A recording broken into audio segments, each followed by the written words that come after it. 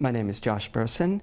I'm an independent anthropologist and a Carson Fellow at the Rachel Carson Center. My research topic is the relationship between the intensification of livestock production in Central and Western Australia and the changes in the diet and nutritional status of Indigenous Australians in the same place over the course of the 20th century. At the broadest level, my research is concerned with the relationship between animacy and personhood, with how we attribute qualities of animalness and animacy to other living beings, and how we infer which of those living beings we should also treat as moral beings. Within that, one of my concerns is with the relationship between humans and other kinds of animals in the domain of food production and consumption. And that's the conceptual basis for my project at the Carson Center.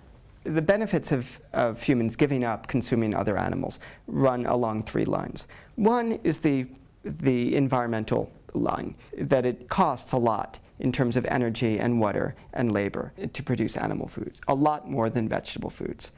The second are the health lines, that consumption of a high animal diet contributes toward a heightened inflammatory response and is not generally conducive to flourishing in the individual human. The third is the ethical line, that it is corrosive upon our own presence in the world as moral beings, not to take into account a non-human animal's moral presence when we make decisions about our own welfare.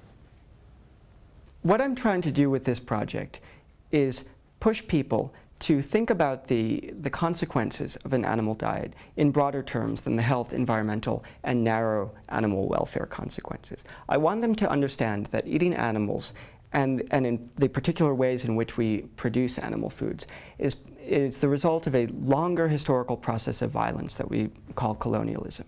I'm not arguing that livestock production is analogous to the colonization of human communities, such as Indigenous Australians. What I am saying is that humans and non-human animals have conjugate roles, that we are involved in a process of ethical choreography, right?